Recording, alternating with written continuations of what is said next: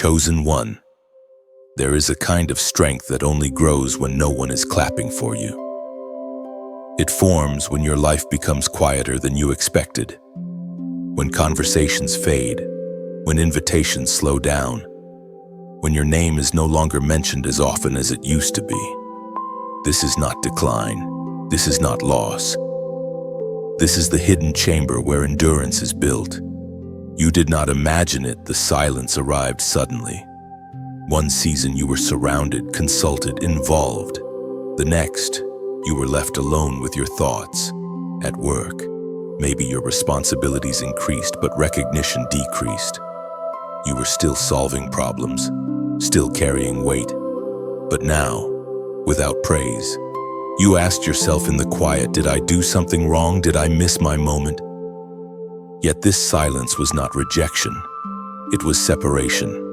Silence removes distractions that noise protects. Without constant affirmation, you were forced to confront your true source of identity. You could no longer lean on titles, applause, or approval. You had to decide whether you would keep showing up even when no one was watching. That decision made privately, repeatedly, is where strength takes root. Consider your finances. There were months when money felt tight, when progress looked slow, when your discipline went unnoticed. You learned how to wait before spending, how to say no without explaining yourself, how to trust provision instead of panic. While others relied on appearance, you learned restraint. That restraint is strength the world cannot steal. In your family life, you may have become the quiet pillar, the one who listens more than speaks, the one who absorbs tension so others can breathe. You gave support without credit, patience without applause. There were evenings when exhaustion sat heavy on your chest, and still you remained steady. That kind of stability is not learned in loud seasons. It is forged in stillness. The silence also exposed relationships. Some people drifted away when you no longer entertained, impressed, or explained. That hurt more than you admit, but silence has a way of revealing who was attached to your presence and who was attached to your purpose. Losing the wrong connections made space for clarity, and clarity is strength. You may not realize it yet, but you are harder to manipulate now. You pause before reacting. You observe before responding. Silence trained you to discern motives, to hear what is not being said, to feel when something is misaligned. That inner steadiness did not exist before. It was cultivated while you waited. There were moments when you wondered if God Himself had stepped back. You prayed, but answers felt delayed. You obeyed, but results were invisible. Yet delay is not denial. Hidden does not mean abandoned. Heaven does not measure time the way you do. The scriptures speak directly to this fear of being forgotten. We are reminded through the book of Lamentations. Chapter 3, verse 31, for no one is cast off by the Lord forever. Read that slowly. Forever is the word that matters. Silence may last a season, but abandonment is not your story. God does not discard what He is refining. He does not forget what He is strengthening. What feels like being set aside is often being set apart. This is where hope becomes concrete, not abstract. The strength growing in you is stable. It is calm under pressure. It does not panic when plans shift. When opportunity returns, and it will, you will step into it without desperation. You will move with clarity, not urgency. You will speak with weight, not volume. Others may rush ahead loudly, but they burn out quickly. You were trained differently. You were trained to last. Silence slowed you down so you could carry more later. It deepened your roots so your next elevation would not uproot you. Let me ask you directly if this quiet season is shaping strength you could not gain any other way. Will you trust it instead of resisting it? If this message reflects your journey, take a moment to like and share it with someone who feels unseen right now. Subscribe to stay connected to what is being revealed in this season. And as a quiet declaration of faith, comment 31 not for noise, but as agreement that you are not cast off, only being prepared. Chosen one, being misunderstood is one of the quiet costs of being marked. People looked at your life and drew conclusions without context. They assumed your silence meant weakness, your patience meant fear, your separation meant failure. But what they could not see was the precision of what God was doing beneath the surface. Misunderstanding was not an accident, it was a filter. There were moments when you wished someone would simply get it. At work, you carried responsibility without authority. You were the one fixing mistakes quietly while others took credit loudly. Meetings ended, decisions were made, and your insight went unused. You knew you could do more, offer more, lead better, but you stayed where you were. Not because you lacked ability, but because the season required restraint. That restraint was shaping something deeper than skill character. Misunderstanding teaches you how to stand without applause. It forces you to separate your worth from people's perceptions. When no one claps, you learn whether you believe what God says about you or what others assume about you. That internal alignment is not optional for where you are going. In your family, you may have been labeled unfairly. The strong one who doesn't need support. The quiet one whose emotions are overlooked. Or perhaps the different one who chose a path others didn't understand. You were judged for boundaries, questioned for distance, criticized for growth. Yet those boundaries were necessary. Distance was not rebellion, it was preservation. There were times when you tried to explain yourself, only to realize explanation changed nothing. So you stopped, not out of bitterness, but out of wisdom. Silence became your shield. You learned that clarity is not always achieved by talking more. Sometimes it is protected by saying less.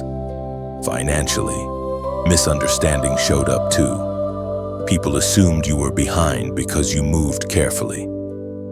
They didn't see the discipline, the planning, the long-term vision. While others chased quick wins, you chose steady ground. That decision looked slow to outsiders, but it protected you from collapse. You were building something sustainable, not impressive. Misunderstanding has a way of isolating you emotionally. There were nights when you replayed conversations in your mind, wondering how things got so twisted. You asked yourself if you were wrong, if you were too much or not enough. Yet even in those moments, something inside you stayed anchored. You did not lose yourself trying to be understood. That anchoring came from being marked. When God marks someone, He often allows misunderstanding to surround them, not to harm them, but to keep them from leaning on approval. If everyone understood you, you might depend on their affirmation instead of divine direction. Being marked means being guided from within, not from the crowd. The scriptures speak directly to this kind of experience. As the Apostle Paul wrote in the letter to the Corinthians, chapter 2, verse 15, "The one who is spiritual discerns all things, yet he himself is judged by no one." This does not mean you escape criticism. It means that human judgment no longer defines you. Discernment grows when you stop trying to win every opinion. You begin to see situations clearly, even when others see you incorrectly. Hope emerges here in a practical way. Misunderstanding teaches you emotional independence. You no longer collapse when approval is withheld. You become steady when praise is absent. This steadiness will matter later, when influence increases. If you cannot handle misunderstanding in private, visibility would crush you. There is also a quiet confidence forming. You don't need to announce what you are becoming. You don't rush to defend your name. Time will speak. Fruit will explain.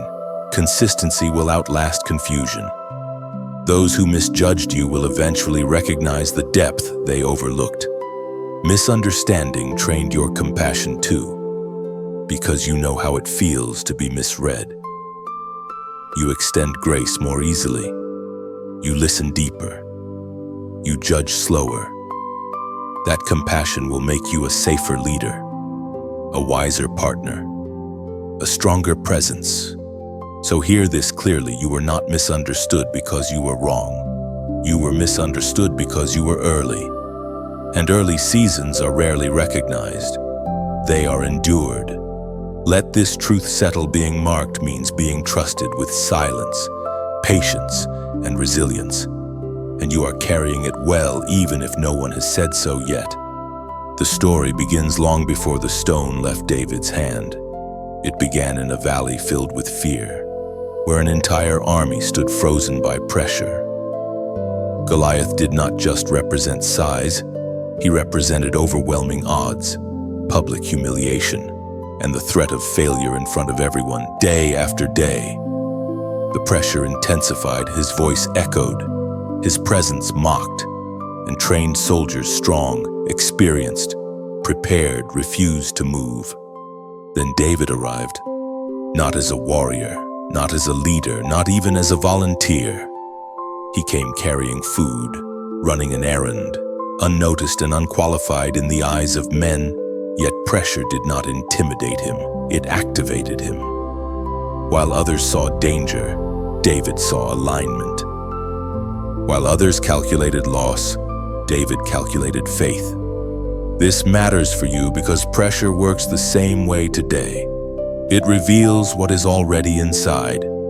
In your life, pressure may not look like a giant with armor.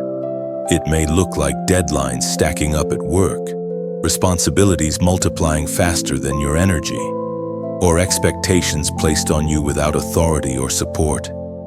You are asked to perform, to provide, to endure while resources feel limited. That pressure is not random. It is diagnostic. David had no sword, no shield, no armor that fit him. What he had was experience forged in private pressure lions, bears. Long nights alone with responsibility no one applauded. When the public test came, his faith did not hesitate because it had already been exercised. Pressure does not create faith. It reveals whether faith has been practiced. In your daily life, you have faced moments where the odds felt stacked. A project that could fail publicly.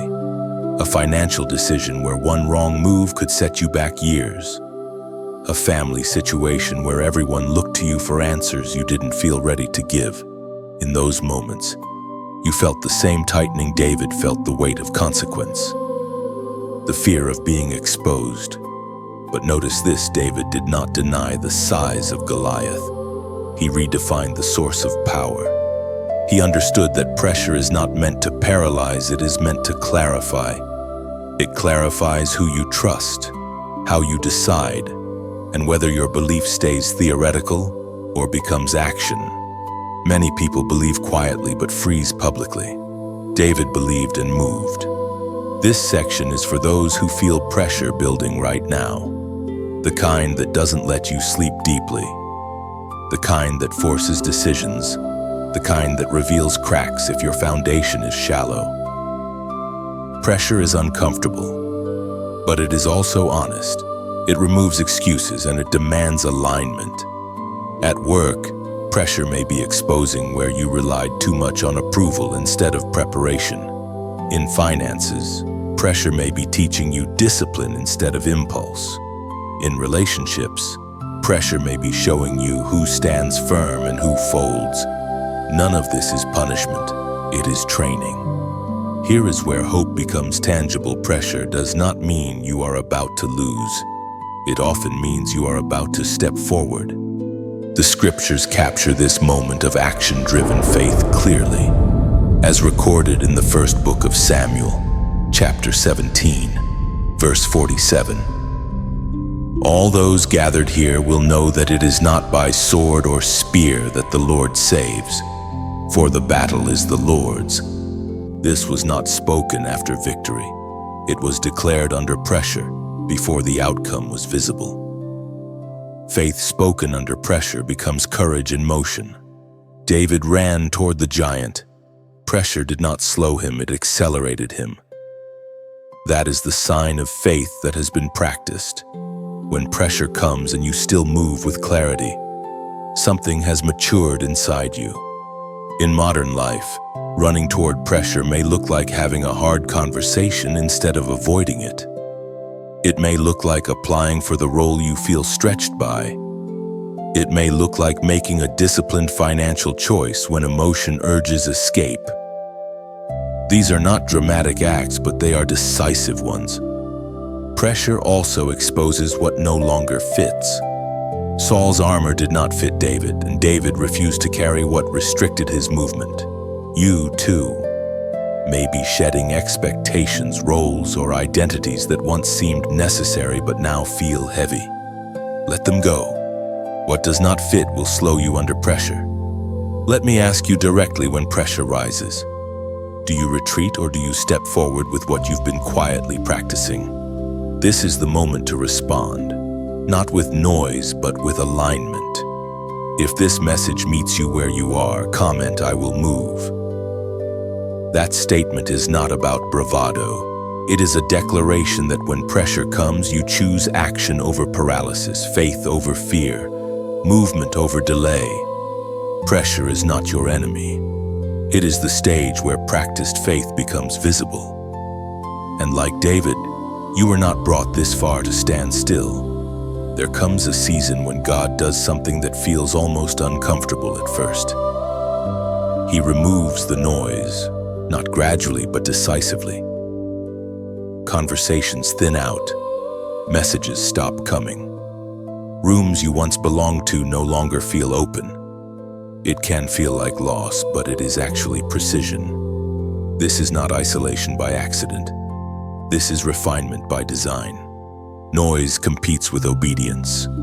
As long as too many voices surround you, clarity stays diluted. God knows this, and that is why He does not always add. Sometimes He subtracts.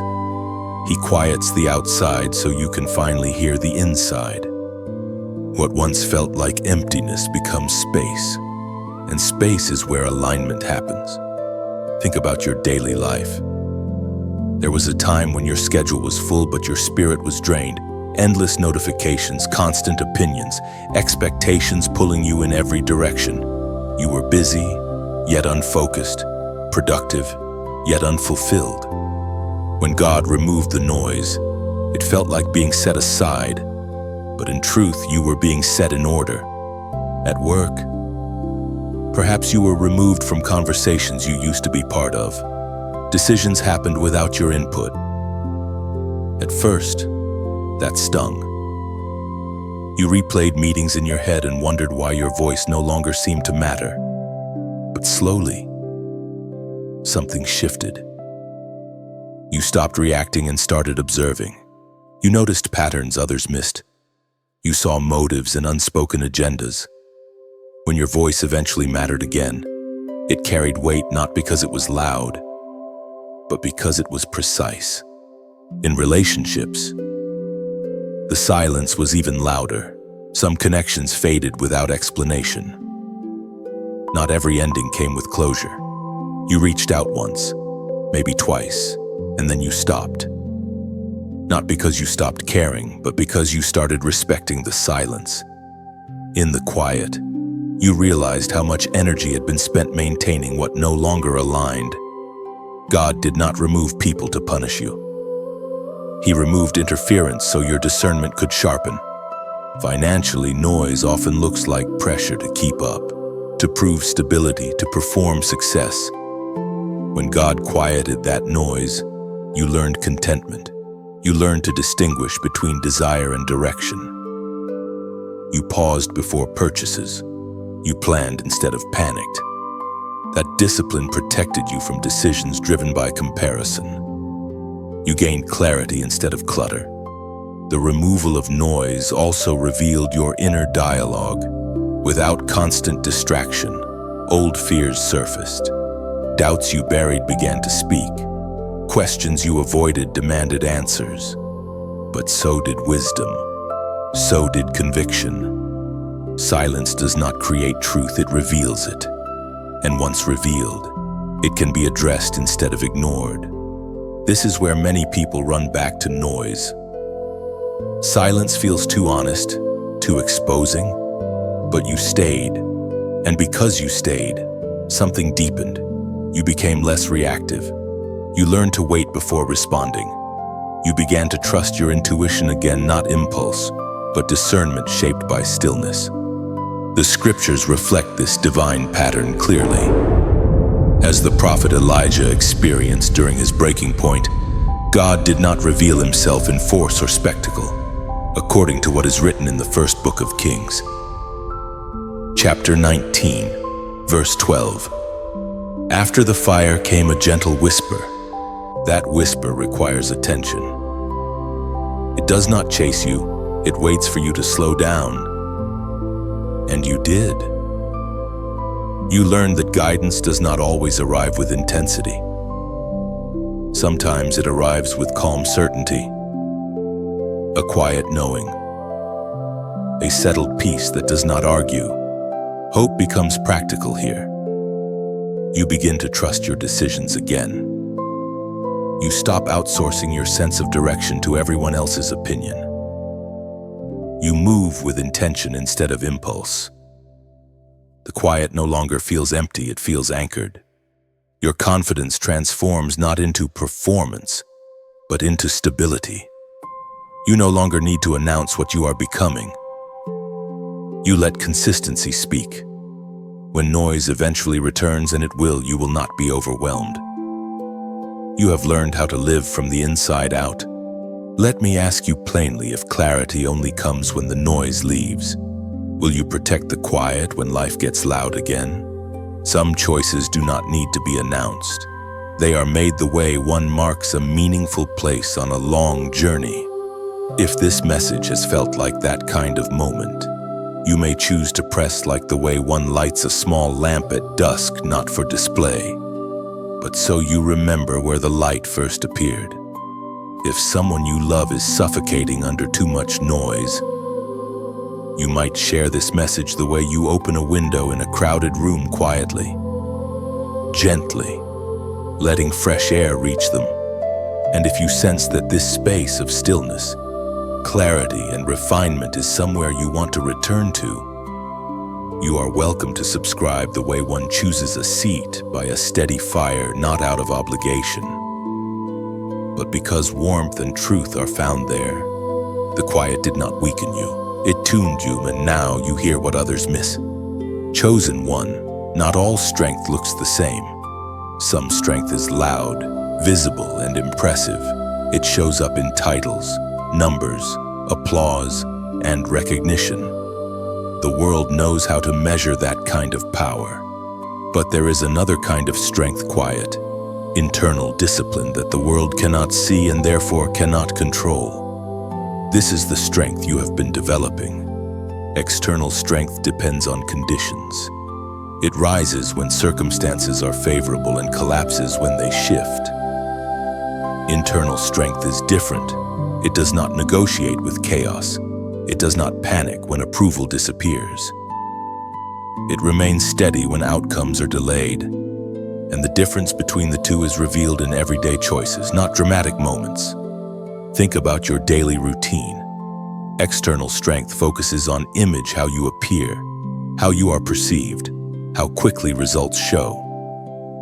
Internal strength focuses on alignment, how you decide when no one is watching, how you respond when no one affirms you, how you stay consistent when progress feels slow. At work, external strength pushes you to overperform for validation.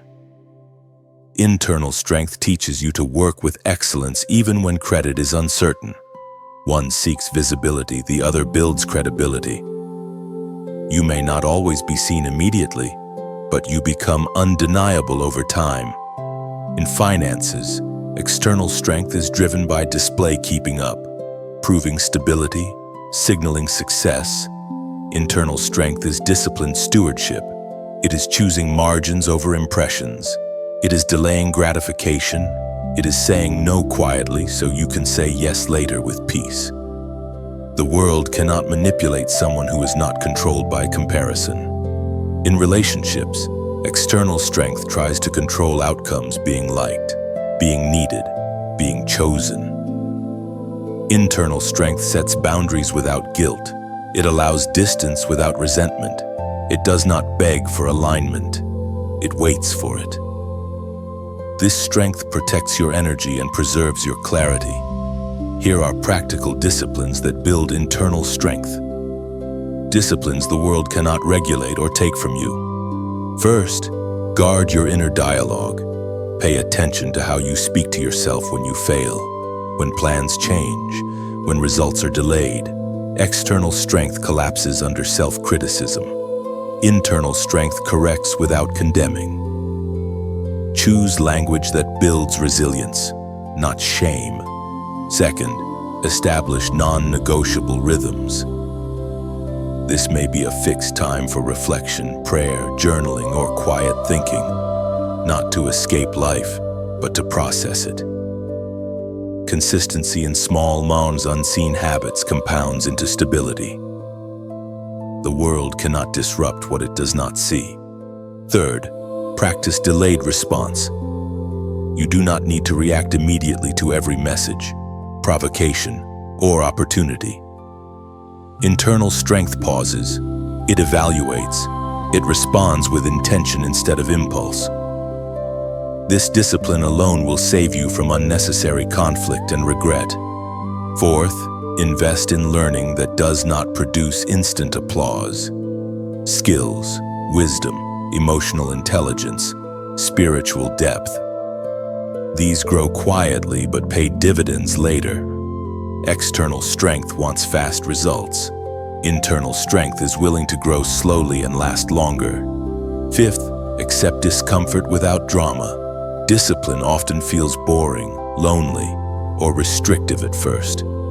That does not mean it is wrong. Internal strength understands that comfort is not the goal. Alignment is, you stop asking, does this feel good, and start asking, does this build me? The scriptures draw a clear line between these two kinds of strength.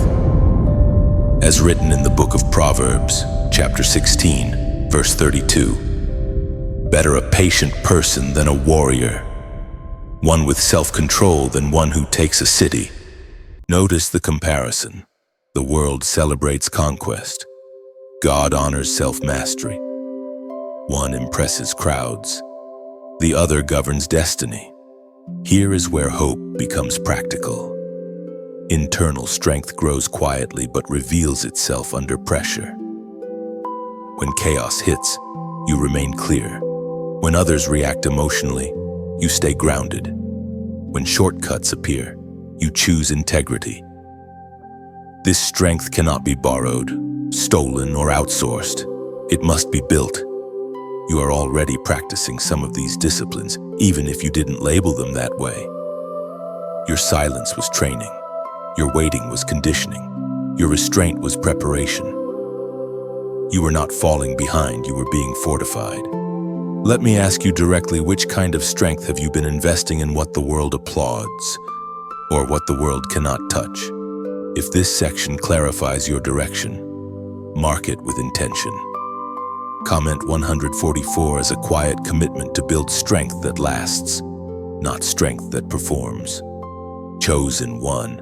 There is a moment when something subtle but irreversible happens inside you. You stop needing to be loud to feel real. You stop rushing to be seen to feel secure. Without announcing it, you mature. This is the moment when the quiet ones begin to rise not above others, but above confusion. The world often promotes those who speak fastest, move quickest, and claim the most space. But God frequently elevates those who learn to listen, to wait, to discern. Silence trained you to notice what others overlook. While noise distracted many, you developed perception, and perception is a form of leadership. In everyday life, this shows up more clearly than you might expect. At work, when tension fills the room and opinions collide, you are the one who sees the core issue. You don't rush to dominate the conversation. You observe. When you finally speak, your words cut through complexity because they are rooted in understanding, not reaction. People may not always acknowledge it immediately, but they feel the difference. In family dynamics, you no longer escalate conflict. Where you once defended yourself repeatedly, you now choose timing over volume. You understand that peace is not passivity, it is strength under control. You create stability simply by being present, grounded, and emotionally regulated. That steadiness becomes a reference point for others, even if they never say it out loud. The quiet ones rise first because they are not intoxicated by attention. They are not driven by urgency to prove something. They move from clarity, not insecurity. Silence taught you how to carry responsibility without ego. That makes you trustworthy. There is also a shift in how you handle uncertainty. Before, unanswered questions unsettled you. Now, you can sit with them. You no longer rush to fill gaps with assumptions. This patience gives you an advantage. While others panic, you process. While others react, you respond. While others scatter energy, you conserve it. Spiritually, this is evidence of discernment growing. Discernment is not mystical, it is practical wisdom sharpened by stillness. You sense when to engage and when to step back. You recognize doors that look attractive but feel misaligned. You are no longer impressed by surface-level opportunity. Depth matters now. The scriptures affirm this pattern of quiet elevation, as written in the book of James, chapter 1, verse 19. Everyone should be quick to listen, slow to speak, and slow to become angry. This is not advice for weakness, it is instruction for mastery. Listening first positions you ahead. Speaking later preserves accuracy. Slowing anger protects authority. Hope becomes grounded here. Rising does not mean becoming someone else. It means becoming more fully who you already are. The quiet did not erase your voice, it refined it. Now, when you speak, it carries resonance. When you decide, it carries consequence. You may notice that people begin to seek your perspective privately. They ask for advice without announcing it publicly. They trust you with information because you do not misuse it. This is influence forming without performance. Leadership without noise. Even in moments of pressure, you remain composed. Not because you are detached, but because you are anchored. You know who you are, what you value, and where you are going.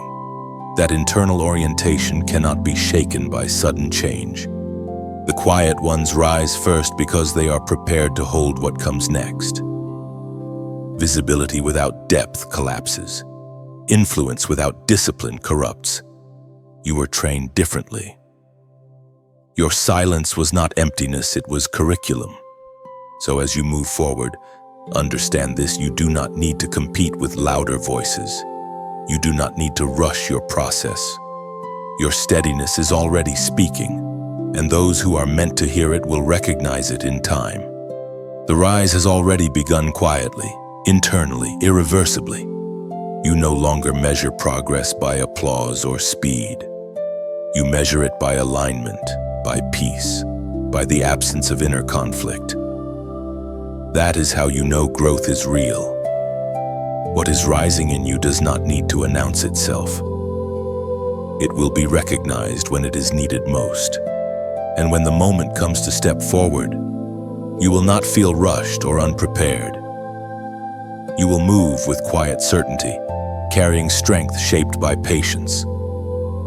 The path ahead will not require noise, only faithfulness to what has already been formed within you. Chosen one, There is a moment when hiding ends not because you force yourself forward, apostle, but because timing finally meets preparation.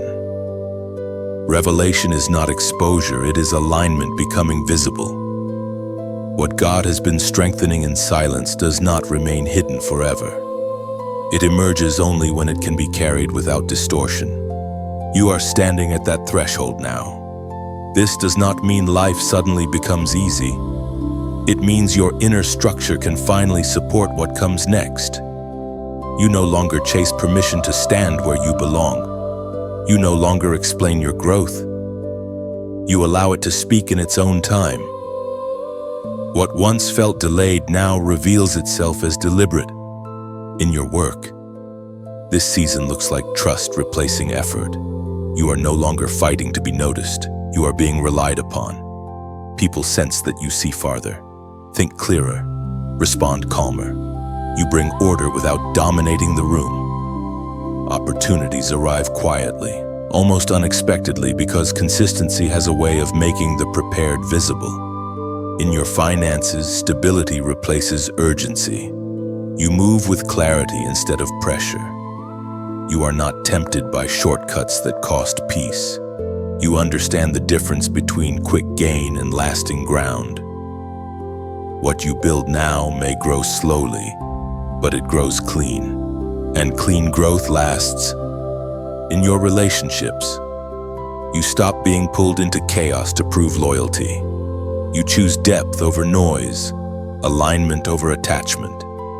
You no longer fear distance because you trust discernment. The loneliness of earlier seasons gives way to meaningful presence connections that honor your boundaries because you honor them yourself. The scriptures speak precisely to this moment. As written in the book of Ecclesiastes, chapter 3, verse 11, He has made everything beautiful in its time. Not early, not late, in its time. This is why the silence mattered. If visibility had come sooner, it might have distracted you. If recognition had arrived earlier, it might have hollowed you. Timing protected you from carrying weight before you had structure. Now, what is revealed is not fragile, it is ready. Hope becomes very specific here. You are not starting over. You are stepping forward from depth. The strength you carry now stabilizes rooms. It calms uncertainty. It brings clarity without force. People may not always know why they feel steady around you, but they do. You are no longer afraid of being seen, because you are no longer building your identity in public. What emerges now is simply the overflow of what was formed privately. Let me ask you gently, are you willing to be visible now, not to perform, but to serve with what has been shaped within you? Some moments deserve to be marked, not announced. If this message feels like one of those moments, you may press like the way one places a small stone at the edge of a long road quietly. Not to show others, but to remember I stood here, and something shifted. If someone you care about is still walking through silence, still wondering if the unseen work matters, you might share this message the way one passes a torch in the dark, not to rush them forward, but to remind them they are not alone. And if you feel drawn to remain in this space where growth is slow, deep, and true, you are welcome to subscribe the way one chooses to stay near a steady flame, not because it demands attention, but because it gives light when the night returns.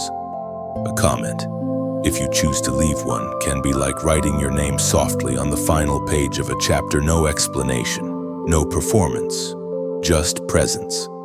What is being revealed now was earned in silence, and you are ready to carry it with humility, clarity, and strength. You do not need to rush what comes next.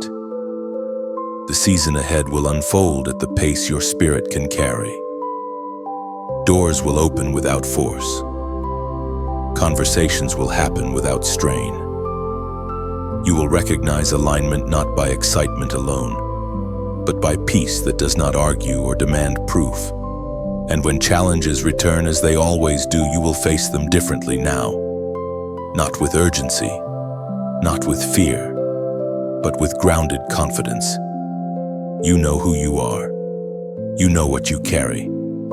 What was built in silence will continue to sustain you. Even when the world grows loud again, you can let this end without needing to decide anything right now. Not every message demands a reaction. Some are meant to be carried quietly, like a sentence you underline in a book and return to later when life brings you back to it. If this reflection has been useful, if even one part of it settled something inside you or gave language to what you've been feeling, you are free to share it. Not as an announcement, not as a performance, just as one person leaving a light on for another who might still be walking in the dark. Sometimes sharing is simply an act of kindness, not promotion. And if it didn't resonate the way you hoped, that's okay too.